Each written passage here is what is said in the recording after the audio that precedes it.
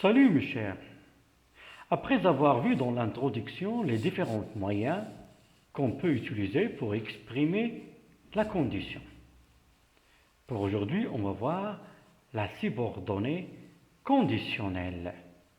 Et on va commencer par la subordonnée conditionnelle introduite par si. Observons bien les phrases suivantes. Si tu travailles, tu réussiras. Tu réussiras si tu travailles. Où est la proposition subordonnée? Où est la proposition principale? Alors, la proposition subordonnée, si tu travailles. La proposition principale, tu réussiras. Je peux commencer par la proposition subordonnée, si tu travailles, tu réussiras. Je peux commencer par la proposition principale, tu réussiras si tu travailles. Maintenant, l'action dans les phrases de A ou bien 1. Si tu travailles, tu réussiras. Ça veut dire l'action ici, il est réalisable. Si tu travailles, tu réussiras. L'action est réalisable, tu vas réussir dans le futur. Deuxième phrase. Si tu laves bien tes mains, tu protèges ta vie. Si tu laves bien tes mains, tu protèges ta vie. L'action est réalisable même dans le présent. La troisième phrase. Si tu arrives, préviens-moi. Si tu arrives, préviens-moi. Toujours l'action, elle est réalisable. Et faites attention au verbe de la principale et au verbe de la subordonnée. Si tu travailles, à quel temps est conjugué le verbe? Si tu travailles, le verbe est conjugué au présent. À quel temps on a conjugué le verbe de la subordonnée? Le futur. Alors on dit, si le verbe de la subordonnée est au présent, le verbe de la principale doit être conjugué au futur. Mais parfois aussi, on peut conjuguer au présent et aussi à l'impératif présent. On va voir dans la phrase suivante. Si tu laves bien tes mains, tu protèges ta vie. Ou bien, tu protèges ta vie si tu laves bien tes mains. Alors, la proposition subordonnée conditionnelle, si tu laves bien tes mains. À quel temps on a conjugué le verbe? Si tu laves, c'est le verbe laver au présent de l'indicatif. Tu protèges ta vie, le verbe de la principale est conjugué aussi au présent de l'indicatif. Alors, on peut aussi accepter si plus présent, plus aussi présent de l'indicatif. La phrase suivante. Si tu arrives, préviens-moi. Si tu arrives, le verbe de la subordonnée est conjugué toujours au présent. Et préviens-moi, il est conjugué au présent, l'impératif présent. Alors, il est accepté aussi, si le verbe de la subordonnée est au présent, on peut conjuguer le verbe de la principale à l'impératif présent. Dans certains cas. Maintenant, on va voir la phrase 2.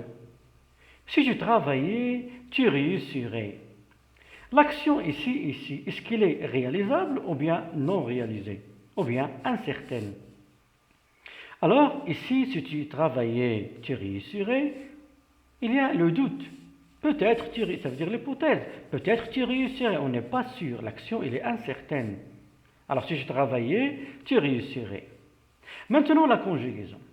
Le verbe de la subordonnée, à quel temps il est conjugué? Tu travaillais. C'est l'imparfait. À quel temps on a conjugué le verbe de la principale? Tu réussirais. C'est le conditionnel présent. Alors, on dit toujours si le verbe de la subordonnée est conjugué à l'imparfait, le verbe de la principale doit être conjugué au conditionnel présent. Passons maintenant à la troisième phrase. Si tu avais travaillé, tu aurais réussi. Mais maintenant, tu n'as pas travaillé et tu as redoublé l'année. Maintenant, ça y est. Alors, si tu avais travaillé, tu aurais réussi. La condition ici, elle est non réalisée dans le passé. Tu n'as pas travaillé dans le passé et tu n'as pas réussi dans le passé. Alors, on va dire, la condition ici, elle est non réalisée dans le passé. Si tu avais travaillé, tu aurais réussi. Et toujours, le verbe de la subordonnée est conjugué au plus que parfait. C'est quoi le plus que parfait? L'auxiliaire être ou bien avoir à l'imparfait plus le participe passé du verbe. Alors, si le verbe de la subordonnée est conjugué au plus que parfait, le verbe de la principale doit être conjugué au conditionnel passé. C'est quoi le conditionnel passé? C'est l'auxiliaire être ou bien avoir au conditionnel présent plus le participe passé du verbe. Alors on va voir ce qu'on a vu. Alors l'action réalisable, c'est plus présent. Si tu travailles, c'est la proposition subordonnée conditionnelle. Tu réussiras, c'est la proposition principale. Verbe au futur. Présent, futur. Si tu laves bien tes mains, tu protèges ta vie. Présent, présent. Si tu arrives, préviens-moi. Présent, impératif, présent. Maintenant, l'action incertaine, ça veut dire il y a le doute. Si tu travaillais, tu réussirais. On a le verbe de la subordonnée à l'imparfait, le verbe de la principale, le conditionnel présent. Si l'action est non réalisée dans le passé, si tu avais travaillé, tu aurais réussi, mais maintenant ça y est, c'est trop tard. Alors si tu avais travaillé, c'est le plus que parfait. Et c'est le plus que parfait, oui, excusez-moi, c'est le plus que parfait, et tu aurais réussi, c'est le verbe réussir au conditionnel passé. Maintenant, le tableau. La condition exprimée par si le verbe de la subordonnée est au présent, le verbe de la principale doit être conjugué au futur simple. Et dans certains cas, si le verbe de la subordonnée est au présent, le verbe de la principale va être au présent. Et aussi, si le verbe est au présent de la subordonnée, le verbe de la principale va être à l'impératif. Si le verbe de la subordonnée est conjugué à l'imparfait, le verbe de la principale doit être conjugué au conditionnel présent. Si le verbe de la subordonnée est conjugué au plus que parfait, le verbe de la principale doit être conjugué au conditionnel passé. Alors j'espère que vous avez compris la règle de si. Ça veut dire lorsqu'on utilise si, les règles qu'on doit respecter.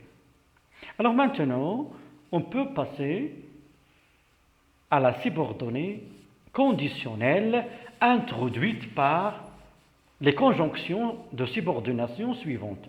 À condition que, pourvu que, pour peu que, à moins que, à supposer que.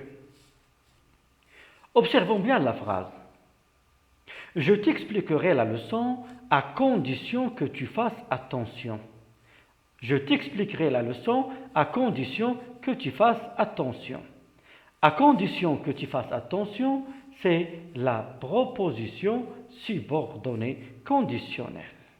À condition que tu fasses attention, c'est la proposition subordonnée conditionnelle. La proposition subordonnée conditionnelle. C'est la proposition subordonnée conditionnelle. Et je t'expliquerai la leçon, c'est la proposition principale. Mais ici, on va faire attention. Quand est-ce qu'on va utiliser à condition que, pourvu que, pour peu que, à moins que? Est-ce que lorsqu'on a le même sujet ou bien les sujets différents? Alors on va voir le sujet de la principale.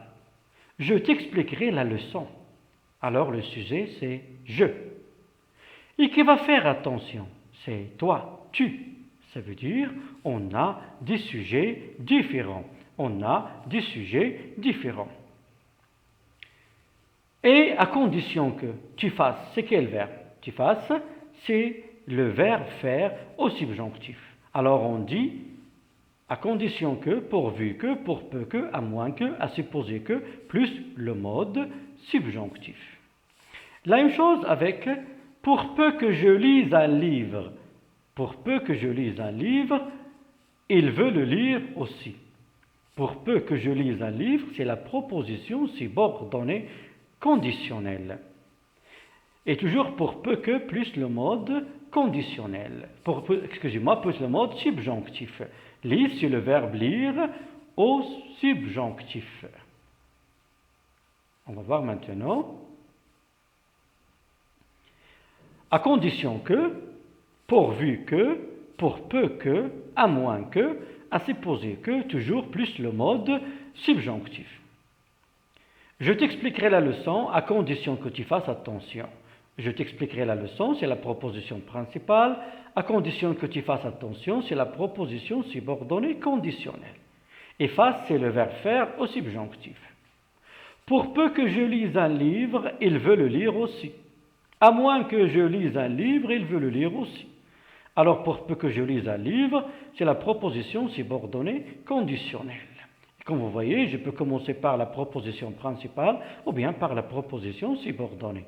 Il veut le lire aussi, c'est la proposition principale.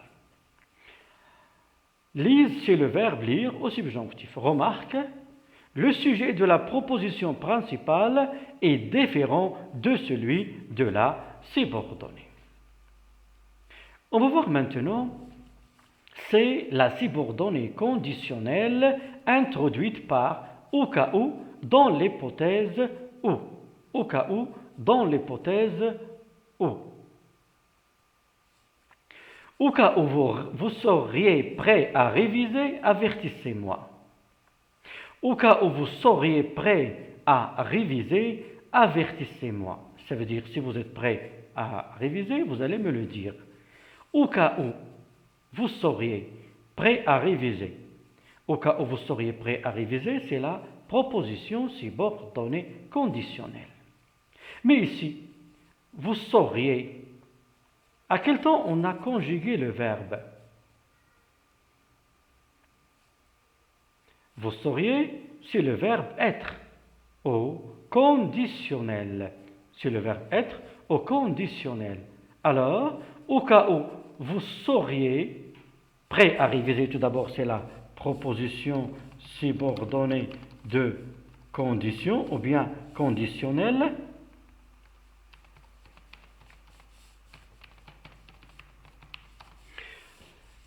À quel temps on a conjugué le verbe? Vous sauriez, c'est le verbe être au conditionnel. Alors on dit au cas où, dans l'hypothèse où, plus le mode conditionnel. Plus le mode conditionnel. Au cas où, et dans l'hypothèse où, plus le mode conditionnel. On dit au cas où, dans l'hypothèse où, plus le mode conditionnel. Maintenant, passons. Alors, on a vu la subordonnée exprimée par au cas où. Maintenant, on va voir la subordonnée conditionnelle introduite par selon que ou bien suivant que. Selon que, suivant que. Alors, la phrase. Selon que vous travaillez ou pas, vous aurez de bonnes ou de mauvaises notes. Ça veut dire, selon que vous travaillez ou pas, vous aurez de bonnes notes. Si vous travaillez, vous aurez de bonnes notes. Si vous ne travaillez pas, vous aurez de mauvaises notes. Selon que vous travaillez ou pas, vous aurez de bonnes ou de mauvaises notes. Alors, selon que vous travaillez, c'est la proposition subordonnée conditionnelle. Mais à quel temps on a conjugué le verbe ici? Selon que vous travaillez. C'est le présent de l'indicatif. Alors, on dit que selon que, suivant que, toujours plus le mode indicatif. Le mode indicatif. Alors, j'espère, mes chers, que vous avez compris maintenant la leçon. Dans la prochaine leçon, Inch'Allah, on va voir les autres expressions qu'on peut utiliser pour exprimer la condition. On va voir le mode gérondif et aussi les prépositions. En attendant, à bientôt, mes chers.